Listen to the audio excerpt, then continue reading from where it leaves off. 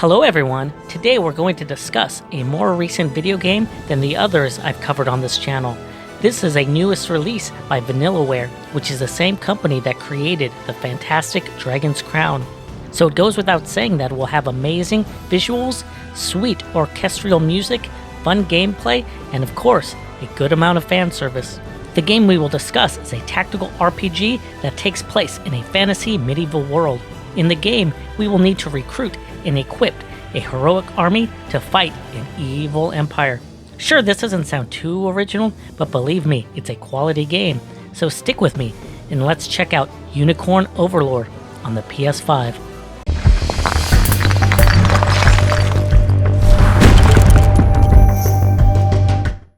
Unicorn Overlord is a tactical RPG. To put it simply, in a tactical RPG, you maneuver your units on a map, which is usually a grid. In a tactical RPG, you also manage many more characters than that of a regular RPG. Tactical RPGs also have a strong story, so it's more than just constant battles. You also level up your characters, and you can equip them with many unique items. A tactical RPG can be a much more unique experience since you need to set up your multitude of characters in many different ways, so going through the game is a unique experience for everyone. Usually I tend to play more traditional RPGs like Persona. Full disclosure, I haven't played a tactical RPG in quite some time. The first tactical RPG I remember playing was in the 16-bit era, and as a Sega fanboy, I think it was Warsong. This was a great 16-bit game.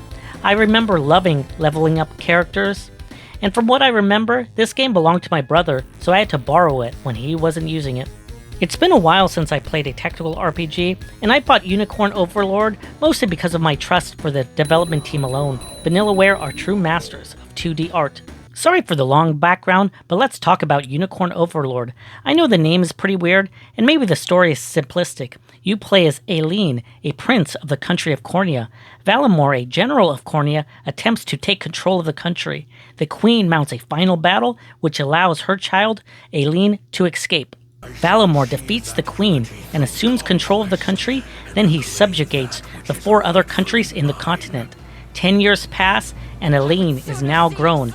He starts a liberation army with his personal companions with the goal to reclaim his land and free the continent from the evil warlord. The easiest thing to discuss are the graphics and sound. The overworld is well detailed and varied. The colors are absolutely stunning. But the battle scenes is where the true beauty comes out. The characters are all animated smooth. Everything in the visuals look great. Whether it's the fabrics on the clothing and how the fire animates, everything looks stunning. I played the game with English voice actors, and it seemed to fit the characters very well. I loved the orchestral music. It was peaceful and calming at times, but it was epic during the climax in battles. To me, graphics are the least important thing that makes a great game, and I was hooked right away on the core gameplay. Each area starts with a world map.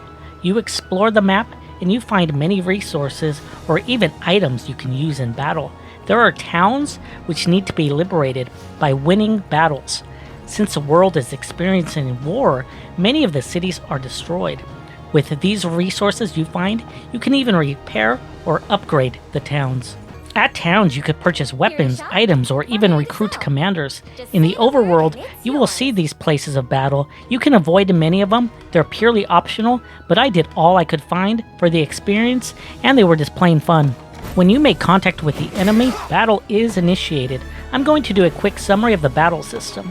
You start with a side view similar to a 2D fighting game. Each character starts with 1 passive point and 1 active point. An active point is used to do something like a weapon attack, and a passive point is used to do healing or maybe a buffing spell. The opposing forces take turns using active and passive points. Combat uses macros similar to Final Fantasy XII's Gambit system. Remember that one? That was the one with the bunny girl.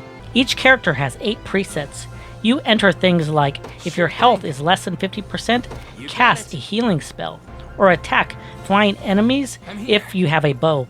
I actually never used the presets until the end of the game. I used the defaults through most of the game. I really didn't need them until at the end I really got crushed. So I started using them, and I found out they're really quick to get the hang of. As you progress through the game, you can increase the number of units in a formation. This makes each formation more powerful since you have more members. You can also increase the number of formations you have. This allows you to have more formations in a battlefield. I really didn't like the gambit system in Final Fantasy XII, but I loved the combat system in Unicorn Overlord. So why? I think the main reason is the amount of different types of character classes. The game is much more complicated than the typical rock, paper, scissors gameplay. Even in the early game, there was a wide array of units or classes. I will go over a few of my favorites in the early game. The Knights were my go-to unit. They first have great mobility on the battle map, and they also do double damage against infantry. They do have an ability that allows them to attack again if they take down a unit. But watch out, they have a weakness with Griffin Knights. Another favorite class was the sellswords. They really do hit hard. This was a great class because they can counterattack when anyone in the party is attacked physically. Their defense isn't too high, but I still use them quite a lot. Then we have the Griffin Knight. You can attack an entire row at a time.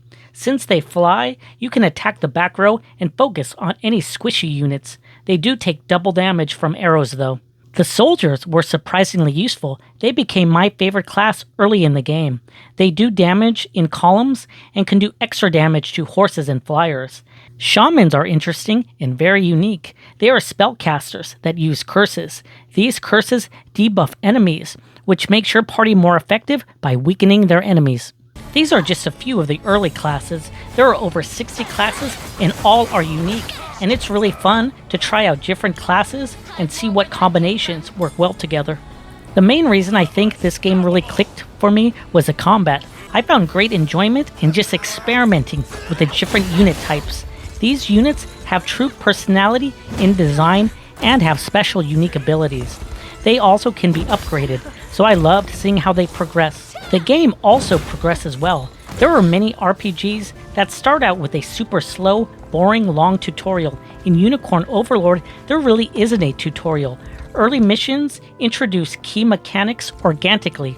It was a refreshing way to train players on game mechanics. It starts players right off in the thick of combat, and you learn these advanced tactics on early missions throughout the game. It was easy for me to learn the game, and I wasn't bored playing through the entire game. Thanks everyone for watching my video. I highly recommend Unicorn Overlord if you like strategy RPGs or if you want to try out a Japanese tactical RPG. This would be a great choice. The graphics, sound, and animation are all top-notch. Let me know in the comments if you played Unicorn Overlord and what you thought about it. Or does it sound interesting now? Let me know in the comments if you have a game you recommend for me to try. Thanks again. Just make sure you're subscribed. This helps me bring new content to our community.